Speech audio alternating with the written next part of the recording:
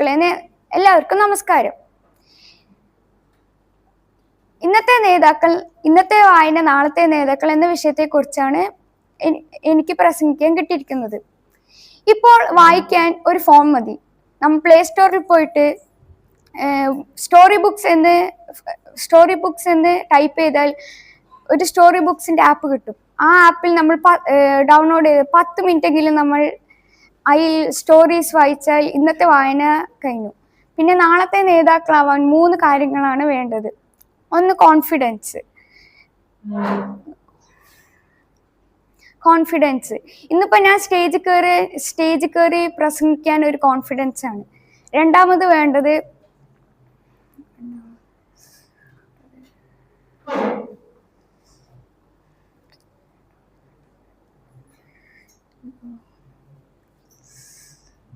നന്ദി.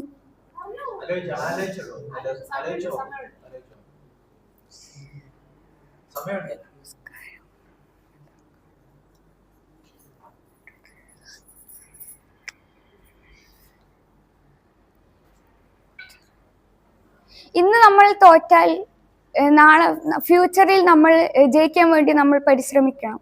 നന്ദി.